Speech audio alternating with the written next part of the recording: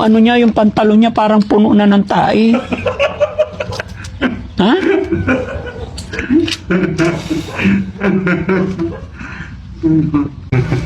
Ay, parang naging baboy talaga, grabe.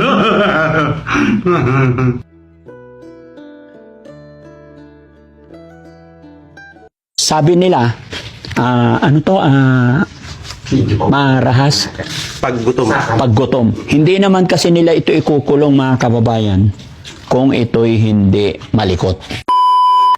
So yun, mga kababayan, mga kabarangay, no? Magandang umaga po sa atin lahat. Nag-message po sa atin si Ballpoint Man. Kaibigan natin, actually, kumpare ko din po siya, mga kababayan.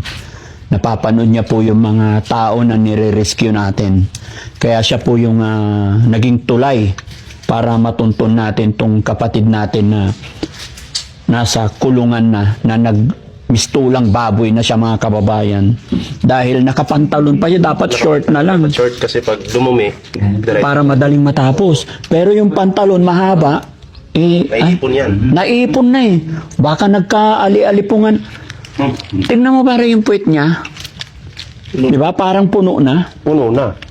Tapos, Kasi yung mga yellow-yellow na yan, dumi niya yan. dumi yan. Nakakaawa talaga.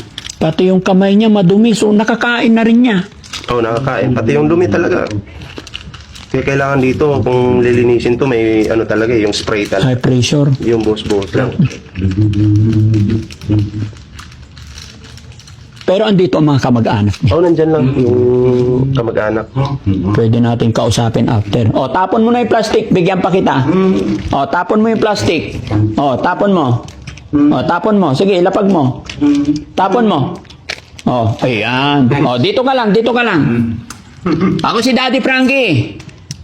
Kuya, kaibigan mo, dito ka lang. Tignan nyo guys yung damit nyo. Talagang nagtutong-tutong na.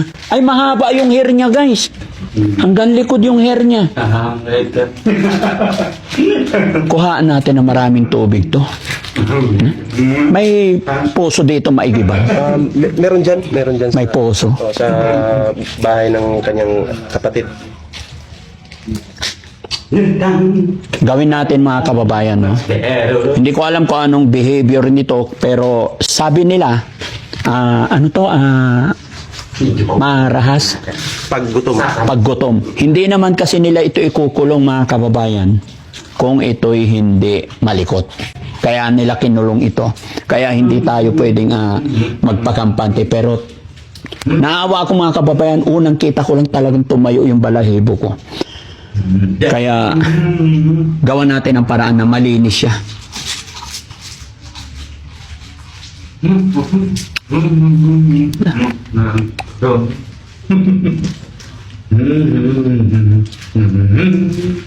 Ito hindi siya nagkakasakit. Pag matutulog, dyan na lang. Ay, dyan na lang talaga, basa. Tapos yung yellow na yan, dumi yan. Tain niya yan. Oo. Kahit mapalitan man lang ng damit. Oo.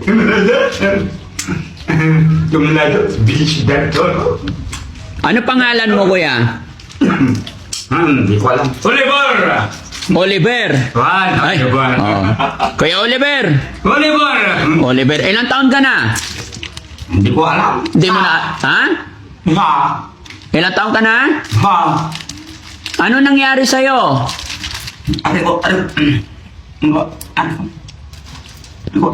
Ano nangyari sa'yo, Kuya Oliver? Ha? Ano nangyari sa'yo? Bakit ka nila kinulong?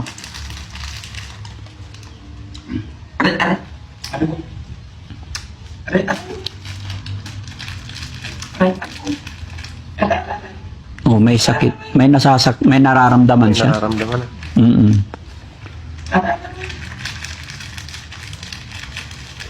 Kaya Oliver, anong nangyari sa'yo? Anong masakit? Wala na talaga, no? Naging kawawa na yung kalagayan niya. Siyempre, nakaganyan lang lagi. O, tignan mo yung kamay. Tayo nga, pag matutulog sa semento kahit walang tubig, pagising kinabukasan, sakit na yung likod eh. Oo. Ito pa kaya eh, Basa. Basa.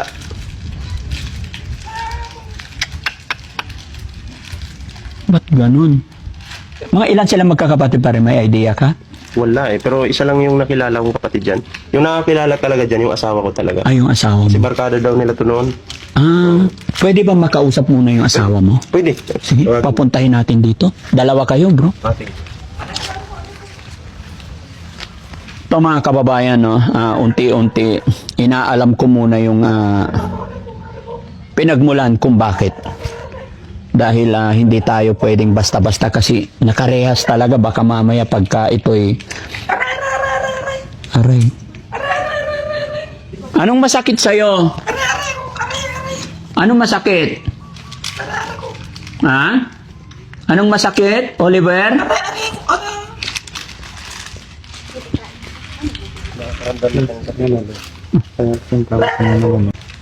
Dito kayo, ma'am? Okay lang? Sama ko kayo sa video? Yeah, sir. Kaya si ma'am dito. Ito ka, March. Ayan. So, mga kababayan, mga kabarangay, bago po tayo magpatuloy, pasintabi po, sakaling umabot sa inyo ang bidyong ito na natapatan na kayo ay kumakain, ipagpaumanhin nyo po, ano? Kasi talagang medyo madumi. No? Kababayan, mga kabarangay, sila po ang mag-asawa ang nag-reach out sa Team Daddy Frankie para mapuntahan si Kuya Oliver. At ito, nakakalungkot na sitwasyon dahil talagang mukhang baboy na siya. Sabi ng asawa niyo po, mas kilala niyo siya. Oo, dati po ko yan. Barkada namin yan. Matino naman siya noon. Siguro mga teenager pa lang ako noon siguro. Or hindi lang siguro. Kasama namin yan kasi pag nag-con po kami, nakiki-birthday, kasama din namin. Matino pa naman siya yan. Siguro more than 15 years na siya. Nakakulong dyan. Bigla na lang namin nakita dyan na sarang sinabi nila na ay, kinulong na nila si David. David po kasi yung alam kong pangalan niya. David.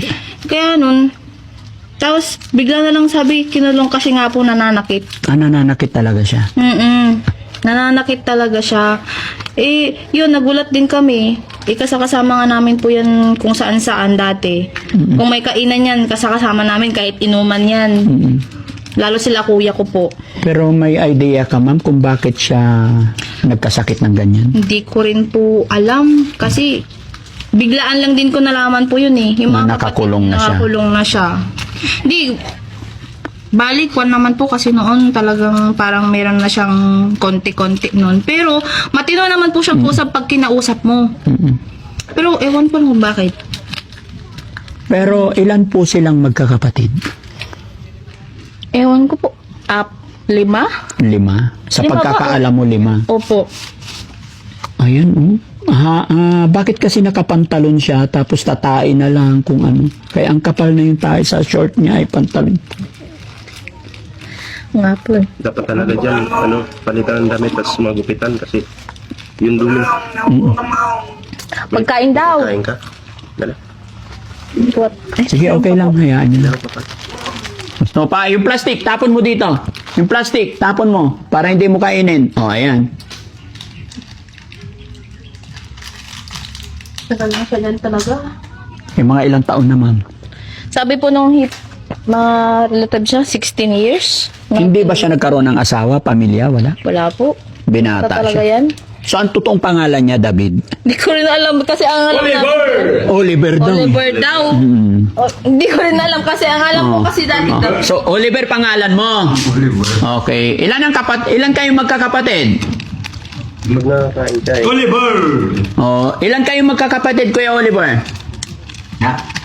May sipon siya eh. Isa, 2, 3, 4, 5. Alam ko. 5? 5 kayong magkakapatid? Anong pangalan ng kuya mo? Ha? Anong pangalan ng kuya mo? Ikaw? Wala? Anong pangalan ng kuya mo? Ha? Anyaynagan mo? Oliver! Oliver talaga. Oliver talaga. Oh. Nagan ni Manong. Oliver, Kuya Oliver, ilang taon ka na po? Ewan? Gusto mo lumabas dyan? Maligo tayo? Ha, Kuya Oliver? Lalabas tayo dyan, ha? Maligo tayo, ha? Ligo tayong dalawa. Gusto mo? Kuya Jesse? Kuya Oliver, lalabas tayo, ha? Maligo ka, ha? Para hindi mo nakakain yung dumi. Ayan, kinakain niya pati plastic talaga. Kaya Oliver, lalabas tayo, ha? Ilalabas kita dyan, maligo tayo. Para malinis yan, no? Habang nasa labas ka, lilinisin yung bahay mo. O, ito pa. Ay, naku po, mga kababayan, grabe talaga. O, tignan nyo yung pantalon niya, mga kababayan, grabe talaga. Punong-puno na ng tae kasi hindi siya, pagtatae siya, mga kababayan, hindi na niya tatanggalin yung pantalon niya. Napakabaho. Napakabaho, mga kababayan. Grabe to. O, ito, kain ka. No? Wala na talaga siyang alam, mga kababayan. Nakakain na rin niya yung dumi niya. Naku, grabe na to. Pati yung ano niya, mga kababayan, no? Nagkatutong-tutong na. Kuya Oliver, tanggalin natin yung damit mo, ha? Martilyo. Pakawalan natin to, mga kababayan. Sila nilagay. Hindi. Martilyo lang, bro.